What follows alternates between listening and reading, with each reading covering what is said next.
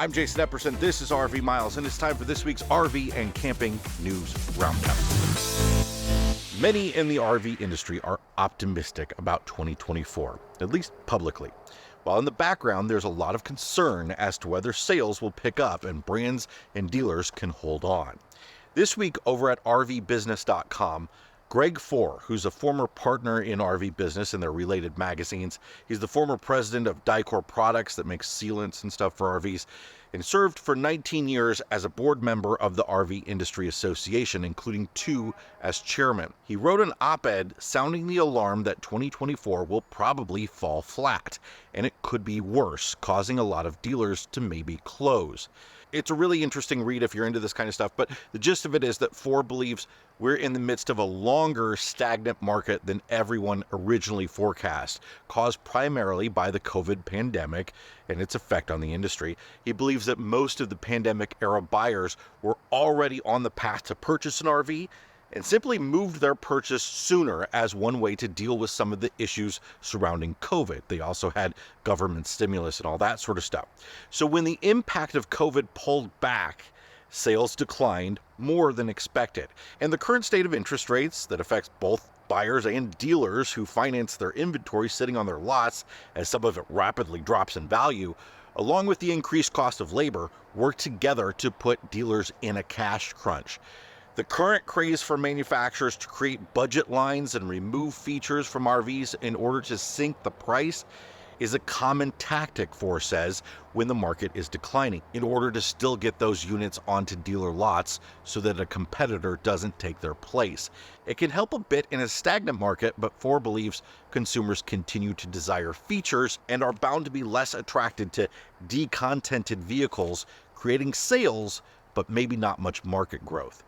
Fohr says that for dealers, maintaining safety and cash flow is more critical than ever, and that some dealers will probably close or sell off voluntarily rather than lose their entire personal asset base, while others will be forced to as their cash flow reaches critical levels. That means fewer dealers to serve customers and a harder time getting service or even enough places to sell the probably too many brands of RVs there are out there. On top of that, 2024 is an election year, and while the idea that people don't like to make big purchases in election years doesn't really usually apply in the RV industry, there's always a possibility that 2024 could be different, and Fohr thinks it will, with the political environment so deeply split. I'll put a link to the full piece in the description for this episode. I really think you ought to check it out if you're looking to buy an RV or if you're sort of interested in the overall industry dynamics. Google Maps is rolling out some major updates, largely driven by AI. Immersive View is sort of a way to plan a route and then watch that route play out with detailed visual turn-by-turn directions, along with a time slider to plan when to head out based on simulated traffic and weather conditions. Google is using AI to fuse together billions of street view and aerial images so you can know what a place or route is like before you go.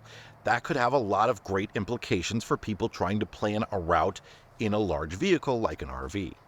Google Maps is also making it easier to understand your surroundings once you get somewhere, like if you're exiting a subway station and need to orient yourself, or if you're scoping out a new neighborhood and need to find the nearest coffee shop.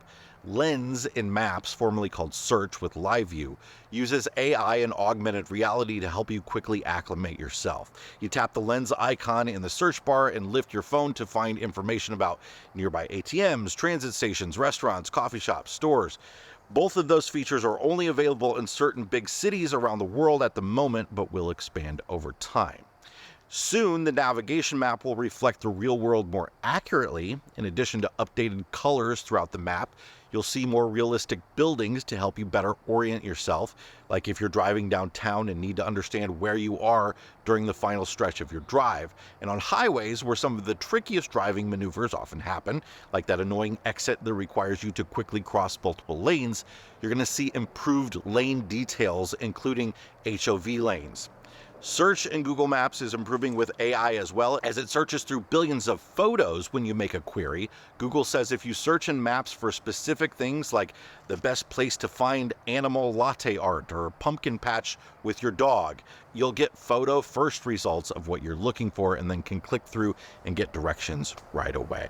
When I was a kid, one of the best Christmases ever, I remember my dad bringing out a brand new bicycle into the living room when I was like 7 years old. What's the adult version of that? What's the way that you can deliver that best gift ever effect this holiday season? Well, you can still do it with a bike.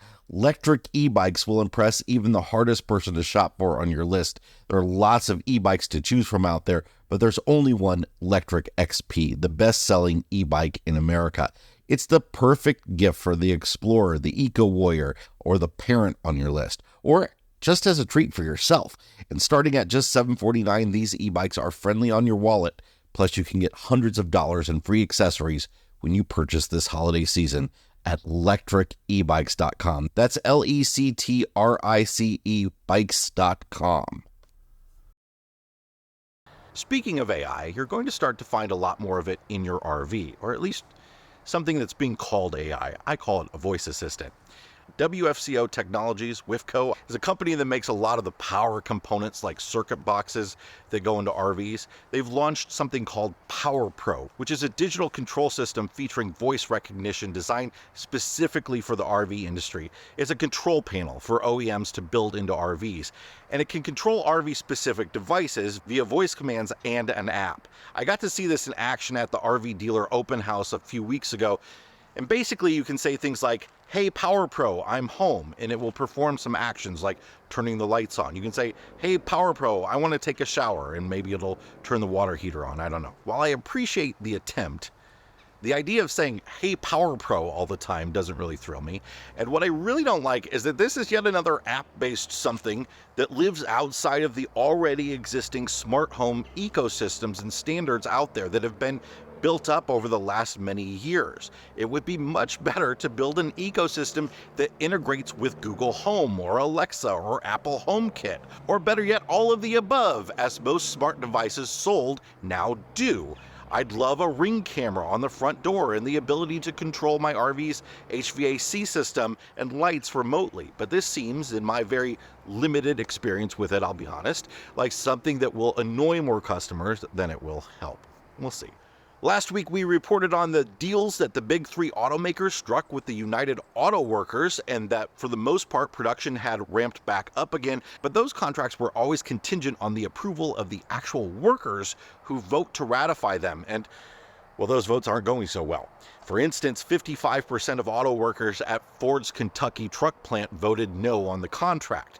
If the contracts aren't ratified, the parties will have to go back to the negotiating table, and we could see more delays in getting vehicles produced, which could limit inventory and overall raise prices for consumers, at least temporarily.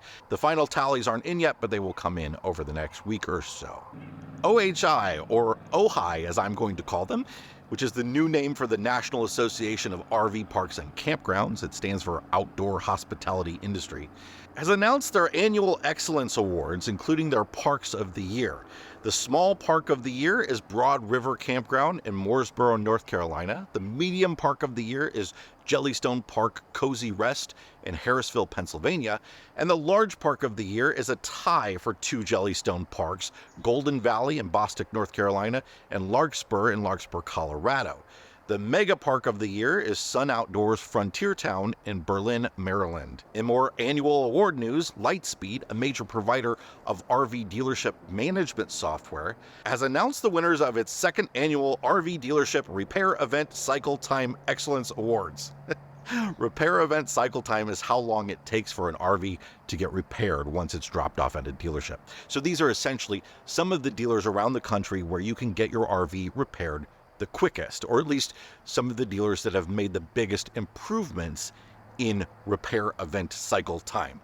The winners are Bish's RV in Traverse City, Michigan, Quiet Woods RV Sales and Service in Neenah, Wisconsin, Tulsa RV in Catoosa, Oklahoma, Campbell RV in Sarasota, Florida, and TAC RV in Mayock, North Carolina. Sorry if I mispronounced any of those names wrong. I'm bad at names. AAA projects 55.4 million travelers will head 50 miles or more from home over the Thanksgiving holiday travel period. This year's Thanksgiving forecast is an increase of 2.3% over last year and marks the third highest Thanksgiving forecast since AAA began tracking holiday travel in 2000. The top 2 years were 2005 and 2019. Most Thanksgiving travelers will drive to their destinations. AAA projects 49.1 million Americans will get behind the wheel, an increase of 1.7% compared to 2022. INRIX, which is a provider of transportation data and insights, expects Wednesday, November 22nd, of course, to be the busiest day on the roads during the Thanksgiving holiday travel period, with the average travel times as high as 80% over normal in some metro areas. INRIX recommends leaving in the morning or after 6 p.m. to avoid the heaviest holiday congestion. From 2 to 6 on Wednesday will be the worst time to travel, and basically every other day of the holiday weekend, it's best to try to travel before noon or after 5 p.m. Warm weather destinations, theme parks, tourist attractions, historic sites, and cruise port cities top the list of destinations this holiday season, topped out by Orlando, Fort Lauderdale, Miami, Anaheim, Tampa, New York City, Las Vegas, Honolulu, Maui, and San Diego. Enjoy Hawaii, those of you that are going. And looking forward to next year, peer-to-peer RV rental marketplace RVshare has released their big annual survey about RV travel conducted by Wakefield Research. The majority of Americans, 86%, plan to book as much or more travel in 2024, including 44% who aim to increase travel in the year ahead. In 2023, international leisure travel hit record highs as many travelers checked off bucket list vacations to Europe and Asia and beyond. Following a year of far-flung adventure, just 24% of survey respondents report plans to take more international trips in 2024.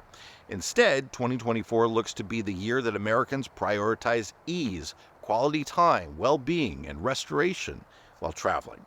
49% of travelers are planning laid-back trips, and 43% of travelers are looking forward to annual trips with family or friends after the rush of big trips this past summer. Data indicates that Americans will trade in crowds of tourists for quieter travels. After 2 years of revenge travel and well-researched bucket list vacationing, travelers are experiencing planning fatigue, thinking about what the year ahead entails. While desire to travel remains high, 75% of survey respondents say they would love to have at least one element of a trip be a surprise, especially millennial and Gen Z travelers. The Travel Trend Report also showcases that the overall interest in RV travel remains high for the third consecutive year. Nearly 60% of respondents are organizing a road trip or vacationing in an RV in the next 12 months. 46% of travelers surveyed had already booked their accommodations for the April 8th eclipse. Another 30% have also started looking into options. RVshare expects to be fully booked out of all of the units that they have on their site for the 2024 eclipse, and many campgrounds along the path of totality are already sold out. If you haven't booked something yet, consider some of the cooler climates as the path moves north. The path of totality goes from southern Texas all the way up to New York, and some of the cooler weather areas are going to be where you're going to find some availability. Or stay, 2 hours outside of the path of totality, camp there, and then travel into a town that's having an eclipse event or something like that. On the heels of an unpredictable year of air travel, RVshare sought to find out what elements of RVing travelers enjoyed the most last year. When asked why RVs are a preferred travel option, 58% of respondents said it's because they have a greater ability to change their own time schedule. RV travel allows vacationers to put an emphasis on relaxation and that getting away from crowds that we talked about earlier. I'll share the full report in the description below. That's it for this week's RV and Camping News Roundup. If you enjoy stuff like this, consider becoming a Mile Marker member. It's just a few bucks a month and you get a free subscription to RV Today magazine. You get some extra podcasts from Abby and I along with a monthly live stream and more. We hope to see you there. I'll put the link for that in the description as well. Hit the like button if you got something out of this video. Subscribe to the channel if you want more videos like this. Those are 2 quick, easy, and free ways that you can help us out. And we'll see you on the next video, everybody. Thanks a lot for being here. Bye-bye.